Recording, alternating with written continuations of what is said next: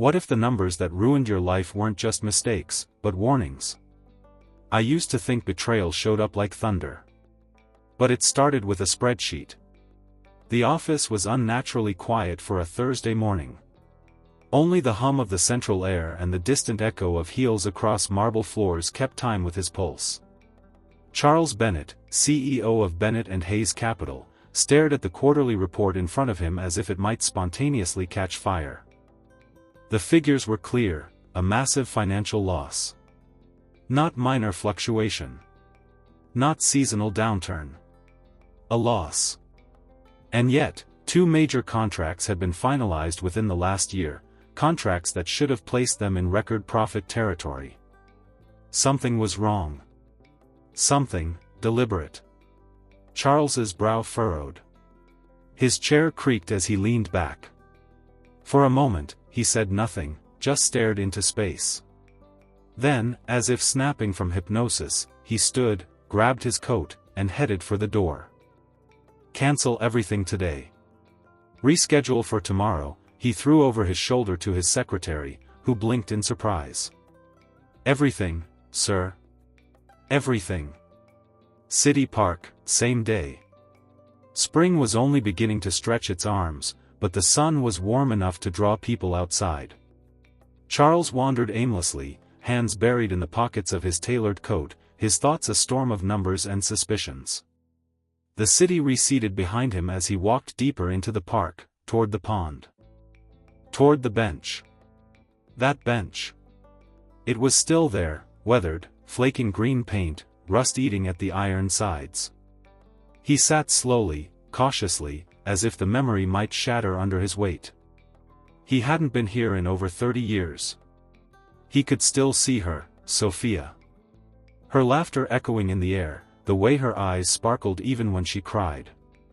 She had worn a headscarf, thin gold earrings, and always smelled like jasmine. They used to sit here for hours, planning a future. But the future never came. She was from a traditional family. Orthodox, rigid, powerful. And he, for all his confidence and ambition, had never been enough. They had forbidden her to see him.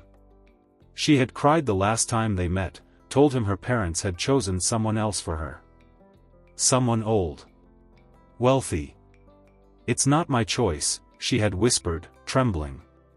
But they'll send me away if I fight them. He hadn't believed her. He thought it was fear. Cold feet. But the next morning, she was gone. And her family's house was empty. He never found her again. Want your fortune told? Charles jolted. A young woman stood beside the bench. She was striking, dark eyes, bright scarf, mismatched earrings that glinted in the sun. A gypsy? Or pretending to be? He waved her off, uncomfortable. No, thank you. She didn't move. Just tilted her head. You're not just worried about money, she said softly. Something else is eating you. That made him look up. Really look at her. What do you know about me? Nothing. Just what the air says. She smiled. But sometimes, numbers aren't just numbers. They're signs. That was nonsense. Yet something about her voice, melodic, calm, unsettled him. As if she wasn't offering a reading, but a warning. He stood. Come with me. Later, back at the office. The girl looked around the towering office like it was another planet.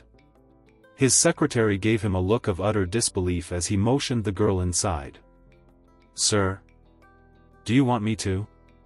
No. That'll be all. The girl stood in the center of the room, eyes roaming the walls, the fine art, the expensive furnishings. Then she turned to his desk. Touch nothing, Charles warned. She ignored him. Reached out and gently brushed her fingers across the financial report. I see betrayal, she whispered. He frowned. In what? My net income?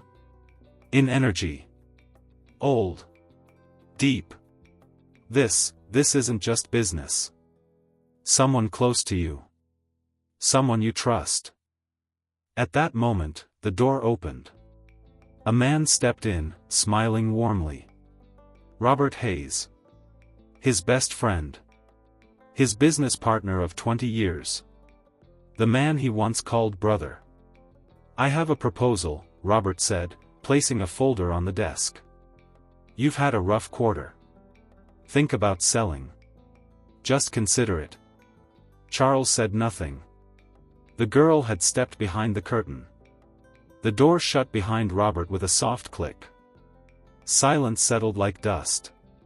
Charles didn't move. He didn't even breathe. He just stared at the folder on his desk, an offer, Robert had called it. Not a suggestion. Not advice. An escape hatch. One Charles hadn't asked for. He turned to the curtain. "Come out." The girl stepped forward, solemn. Her voice was soft, but it cut through the air like glass. "He's not alone." Charles stared at her. "He's working with someone else," she continued. "A woman." "That's a wild guess." "No," she said calmly, eyes scanning the documents on his desk. "She's connected to the money. The misdirection. The movement." Charles pulled out his laptop and opened the internal transfers report. Most were routine. But then. A small account. Obscure. Opened almost a year ago. Slowly siphoning funds, always under the threshold for red flags. The account belonged to someone named Evelyn Hayes. Robert's sister. Charles sat back slowly, blood draining from his face. The girl touched the edge of the file. "It started a long time ago. Before you even noticed." He shut the laptop. "What are you?" he asked. "Some kind of fraud psychic? A plant?" She shook her head. "I told you, I read what the air tells me. But I didn't come here to help your company." He leaned forward, sharp now. "Then why did you come?" She hesitated, then stepped closer. "You invited me," she said. "You just didn't know it." He froze. "What do you mean?" She reached into her coat and pulled out a small envelope. The paper was yellowed. Worn. She placed it on the table. "My mother told me to give this to the man who sat on that bench. The man who looked at the water like it had stolen his soul." He picked up the envelope with trembling fingers. His name was written on the front, in a familiar script. One he hadn't seen in decades. Sophia. He opened it, hands shaking. "Charles, if you're reading this, then maybe fate has brought you back to the place we once dreamed together. I don't expect forgiveness. But I need you to know the truth, I didn't leave by choice. I was taken away. Blackmailed. Silenced.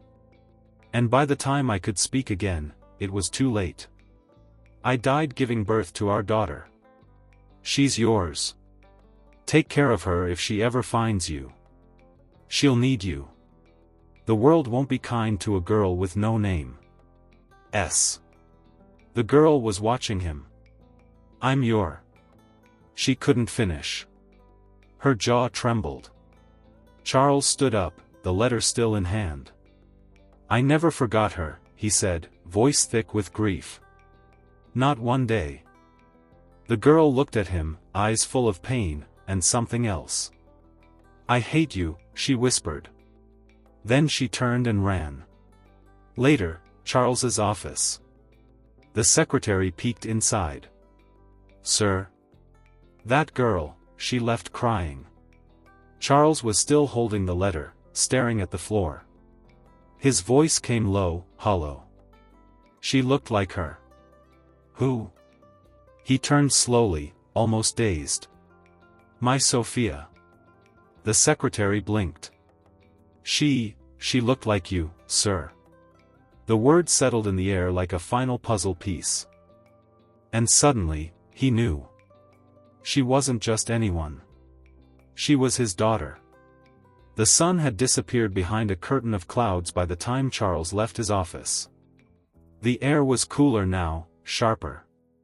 The streets below bustled with evening traffic, but his world had slowed to a crawl. His daughter. He whispered it out loud as he walked, like trying on a word for the first time. My daughter. She had been right there. In his office. And he'd let her walk out in tears. His chest tightened with shame. For decades he had grieved for Sophia, not knowing she had left behind a piece of herself, of them. How had he never found out? How had no one told him? He hailed a cab, barely remembering the address. It came to him instinctively, Sophia's old house. The one she lived in with her parents. The house that had been locked and abandoned all those years ago. Evening, old neighborhood. The street looked smaller than he remembered. Time had not been kind to it. The paint had chipped, the fences had rusted. But the house, it was still there. Same crooked gate, same porch swing hanging on one chain. He stepped up cautiously. The door creaked open before he could knock. An old man stood in the doorway. Wrinkled hands, deep-set eyes. And yet, familiar. Too familiar. Charles froze. Mr. Devereux? The old man blinked. Recognition took a moment. But when it landed, it hit hard. Charles. Neither of them moved. Then, finally, the old man stepped aside. Come in. Int. Old house, night. The interior was frozen in time. The furniture, the wallpaper, the photos, nothing had changed. Charles stood in the entryway, shoulders heavy with guilt and memory. She came to me, he said softly. The girl. Our daughter. The old man sank into his chair, his movements slow, deliberate. I always wondered if she'd find you. You knew? Charles snapped, unable to keep the hurt from his voice. You knew she was mine? And you never told me? Mr. Devereux looked at him with tired eyes. You were never supposed to know. That was the deal. What deal? He sighed. Then, like peeling away years of silence, he began. The night Sophia told us she was pregnant, everything changed. Your friend, Robert, he came to our house. Said he had evidence. Photos. Threatened to expose her. Said you'd be ruined. That you had to stay clean. Charles staggered back as if struck. Robert? Robert did this? He made us disappear. Paid for it. Threatened us into silence. We sent Sophia away. She gave birth in secret. She died that same night. And the girl? I raised her. As my own granddaughter. She never knew about you. Not until recently. Charles sat down, burying his face in his hands. My God. She found Sophia's letters last month, Mr. Devereux added. She read everything. That's when she started asking questions. That's how she found you. She must hate me. She doesn't. She wants to. But she doesn't. Charles looked up, tears threatening to fall. I couldn't save Sophia. But I can still be a father to her. The old man nodded slowly. Then go be one. Int. New apartment, late night. He found her address in the company directory. She lived in a modest walk-up on the edge of the city. He knocked gently. No answer. He knocked again. Finally, the door creaked open. She stood there, face blotchy from crying. What do you want? He didn't answer right away. Just looked at her. Really looked. You're all I have left of her, he said finally. And I don't want to lose you too. She hesitated. Her eyes welled again. Then don't lie to me. Not ever. He stepped forward, unsure, and held out his hand. Come home with me. We'll take it one day at a time. And after a long, tense pause, she took it. The city looked different the next morning. Maybe it was the sunlight, or maybe it was the woman asleep in the guest room of Charles's penthouse, his daughter, Ava. The name he had never known. The life he had never shared. He stood outside her door, coffee in hand, listening to the faint sound of her breathing through the wood. Everything felt impossibly fragile. She had only agreed to stay one night. No promises. No guarantees. He would take what he could get. Downstairs, he sat at the kitchen island staring at the same report that had started this unraveling. The betrayal still loomed large in his mind. Robert. Evelyn. Years of trust, eroded behind his back. But now it wasn't just about money. He had a daughter. And she had grown up without a mother or father, raised by a grieving grandfather in an old house that should have been hers and Charles's together. The guilt sat heavy on his chest. Later, int. Penthouse dining room. Ava entered quietly. She looked different in the morning light. Her defiance softened, her uncertainty more visible. She didn't sit right away, just hovered near the edge of the room. I don't know how to be in a place like this, she said quietly. You don't have to know, Charles replied. You just have to be. She sat, reluctantly. Picked at the edge of a croissant. Did you love her? She asked. He didn't hesitate. More than anything. Then why didn't you fight for her? I thought I did, he said. But I fought the wrong battles. I trusted the wrong people. And I let fear tell me it wasn't worth it. Ava didn't respond. But her eyes lingered on his face. They ate in silence. Later that day, int. Charles's office. The betrayal was no longer theoretical. Charles had gathered documents. Bank records. Email printouts. He'd begun pulling strings, checking timelines, finding inconsistencies. Every breadcrumb led to Robert. More than that, Evelyn had set up a dummy corporation. The account she was funneling money into was under that name. But the real shock came when Charles pulled the company registry. Ava's name was on it. He sat back, stunned. Not only had they stolen from him, they had used his daughter's name to do it. Whether by coincidence or cruelty, he didn't know. But the line had been crossed. Later, penthouse. When he told Ava, her hands trembled. They used my name? Charles nodded. To shield themselves. If the accounts were investigated, it would look like you were the one profiting. I could go to jail. Not if I stopped them first. She looked at him then, really looked, for the first time like a daughter might look at a father. Terrified. Needing safety. And not knowing if she was allowed to ask for it. I want to help, she said. You already are. Int. Boardroom, day. Charles called an emergency board meeting. Robert walked in like nothing was wrong. We need to talk about the company's future, Robert began, smugly. I think it's time we discuss liquidation. Charles didn't blink. He placed a stack of documents on the table. This isn't about liquidation. This is about theft. Embezzlement. And identity fraud. Robert's face went pale. You have no idea what you're accusing.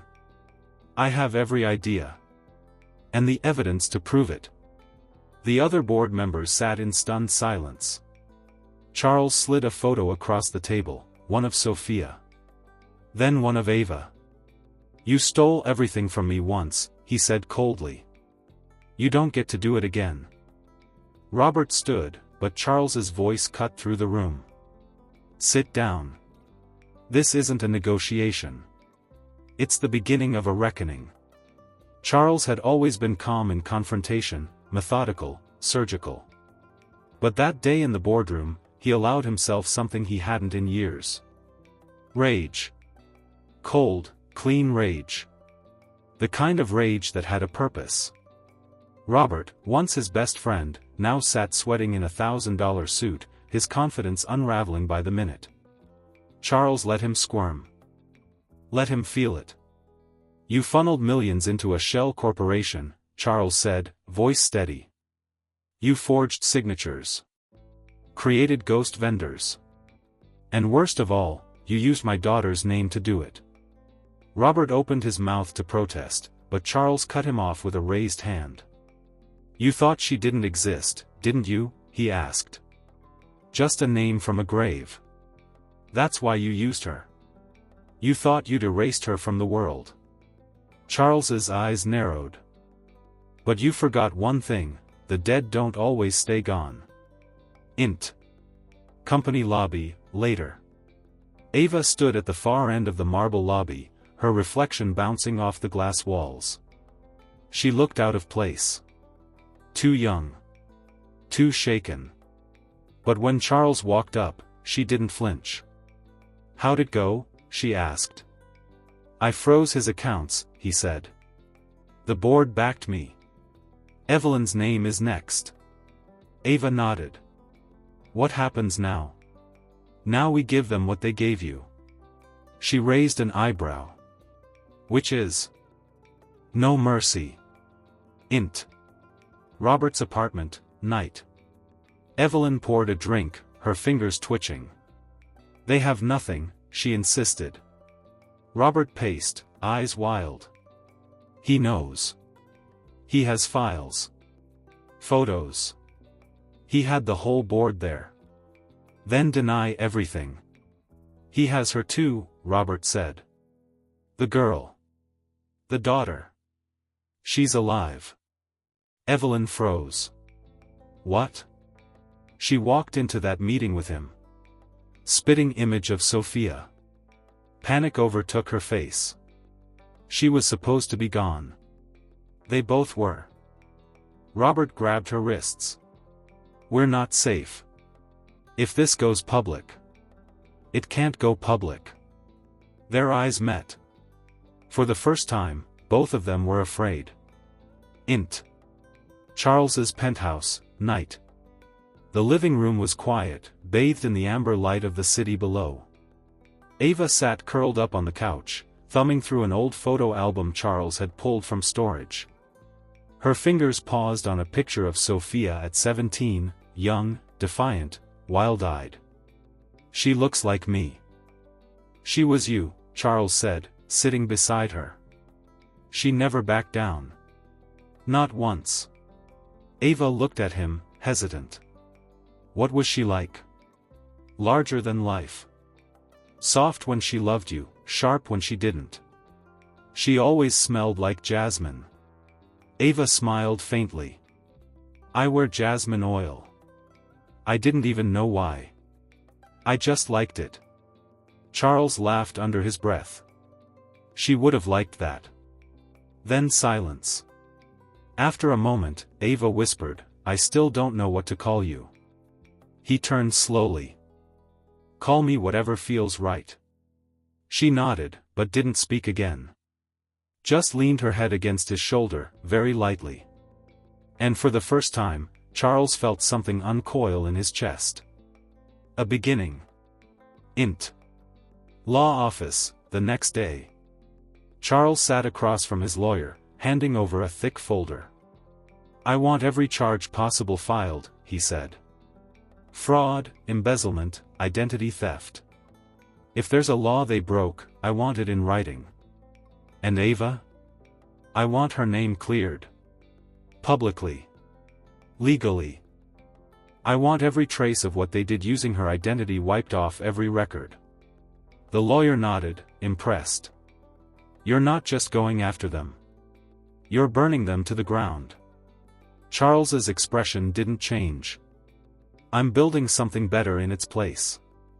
The press release went out on a Monday morning. Bennett and Hayes under internal fraud investigation. By noon, it was all over financial media, a respected investment firm caught in a scandal involving embezzlement, identity theft, and internal sabotage. But the detail that caught everyone's attention was the name buried in the final paragraph. Ava Sophia Devereaux. The daughter of Charles Bennett. The daughter no one knew existed. Int. Newsroom, that night. Cable news anchors picked up the story. Talk shows ran segments on corporate betrayal. Financial analysts speculated on how much Robert and Evelyn had stolen. But Ava? She became the unexpected headline. The daughter who didn't exist, from secret to heir, meet Charles Bennett's mysterious daughter, stolen name, stolen future. Ava watched it all unfold from the couch, her legs tucked under her, her fingers white-knuckled on the remote. "I didn't ask for this," she murmured. Charles sat beside her. "I know." She looked up at him, uncertain. "Am I just a tool in this? A way for you to win?" His gaze softened. "You're the reason I'm fighting. Not the weapon I'm using." She blinked. A tear rolled down. "I don't know how to be part of something like this." "You already are." Int. Courthouse, 1 week later. Evelyn sat on the stand, her voice tight, her lawyer hovering nearby. "Yes, I signed the paperwork. But I didn't know the name belonged to a real person. I thought it was hypothetical." Ava sat in the audience, stone-faced. "Did you or did you not authorize funds to be transferred into the account labeled Ava Sophia Devereaux Incorporated?" "I did," Evelyn whispered. "But I was told it was just a holding entity." The prosecutor pounced. "Told by whom?" She glanced at Robert. He didn't return her gaze. Int. Police holding, later. Robert sat alone in an interview room. When asked if he had blackmailed the Devereaux family, he didn't deny it. He simply said, "It was a long time ago. The past doesn't matter." Charles stood behind the glass wall, watching. He didn't smile. He didn't feel triumphant. Only tired. Int. Charles's penthouse, night. Ava sat at the piano. She played softly, notes cascading like rain. Charles watched from the doorway. "You play?" "I used to. My grandfather taught me. I stopped after he died." Charles sat beside her on the bench. "Play something she might have liked." Ava hesitated. Then pressed the keys gently, slowly building a melody that sounded like something half-remembered, half-imagined. When it ended, she looked at him. "I think I want to stay. Not forever. Just, longer." His voice caught. "As long as you need." They sat there, father and daughter, in a silence filled with everything they had both lost, and everything they were finally starting to find. Int. Garden Terrace, days later. The air was crisp. Summer had given way to autumn. Charles stepped onto the terrace with a small velvet box in his hand. Ava was there, sketching flowers into a notebook. "I got you something," he said, holding it out. She raised an eyebrow, wary. "You don't have to buy me." "It's not about buying." She opened the box.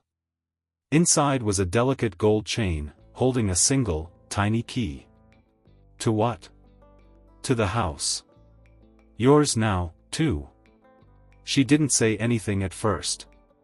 Just looked at him, long and unreadable. "Thanks, Dad." The word struck him harder than any business victory he'd ever had. The sun warmed the garden with soft gold as violins played beneath a white canopy. Rows of chairs lined the lawn, guests murmured in anticipation, and flower petals danced in the breeze. At the center of it all stood Ava, radiant, calm, and unshakably present, in a flowing ivory dress. She wasn't the bride. But today, the world saw her in full. Her wedding? No. Her life. The past year had reshaped her. She had gone from a shadow, hidden by lies, to a name the world respected, not for her connection to Charles Bennet, but for her resilience. She had started a foundation in her mother's name, offering scholarships to young women from marginalized communities. She spoke at conferences, sat on panels, built something of her own. But today wasn't about business or justice. Today was about joy. Because today, she was giving her blessing, and her hand, to her best friend's wedding. She was the maid of honor. And standing a few rows back, heart pounding in his chest, Charles watched her like a man watching a second sunrise in the same life. Int. Charles's study, earlier that week. The photos arrived in the mail, old, grainy, nearly ruined by time. Charles held them like relics. Sophia at 17, barefoot on a swing. Her arms around a man who was half the boy Charles remembered. Her eyes alive. And then, tucked behind the last one, a hospital bracelet. Faded. Labeled. Baby girl Devereaux. Born at 4:12 a.m. His hands trembled. He'd missed everything. First words. First steps. First heartbreaks. But he hadn't missed this, her becoming who she was meant to be. Int. Ava's foundation, office wall. On the far wall of Ava's new nonprofit, framed beneath glass, hung two items. One was Sophia's last letter. The other, the forged document Evelyn had created, with Ava's name listed as a fake CEO of a stolen shell company. A reminder of what had been taken. And what was reclaimed. The caption read. She was never invisible. You just weren't looking. EXT, wedding reception, garden, evening. After the ceremony, Ava wandered off into the garden, barefoot, her heels dangling from her fingers. Charles followed slowly. He found her near the pond, sitting on a stone bench. I come here a lot, she said quietly. This part of the venue used to be a public park. He smiled faintly. I used to sit on a bench like this every day. It was the only place that made sense after she was gone. Ava looked up. You miss her? Every day. They sat in silence. No need to fill the space with anything more. Then Ava asked, do you ever wonder what would have happened if you found out about me earlier? Charles exhaled. All the time. But would I be different? She continued. If I grew up with you, with everything? I don't know, he said. But I wouldn't trade this version of you. She's everything I hoped she'd be, even if I didn't know her name yet. Ava wiped a tear from her cheek, but didn't turn away. I used to think being forgotten was the worst thing that could happen. And now? Now I know, being found is so much better. EXT, garden, night. Lights glowed across the treetops as laughter echoed from the reception tent. Ava and Charles stood just outside the crowd, the music swelling around them. She turned to him suddenly, eyes shining. You're not just my father anymore. He raised an eyebrow. No? You're my home. He couldn't speak. His throat tightened, heart full in a way he never thought it could be again. They walked back toward the lights, together.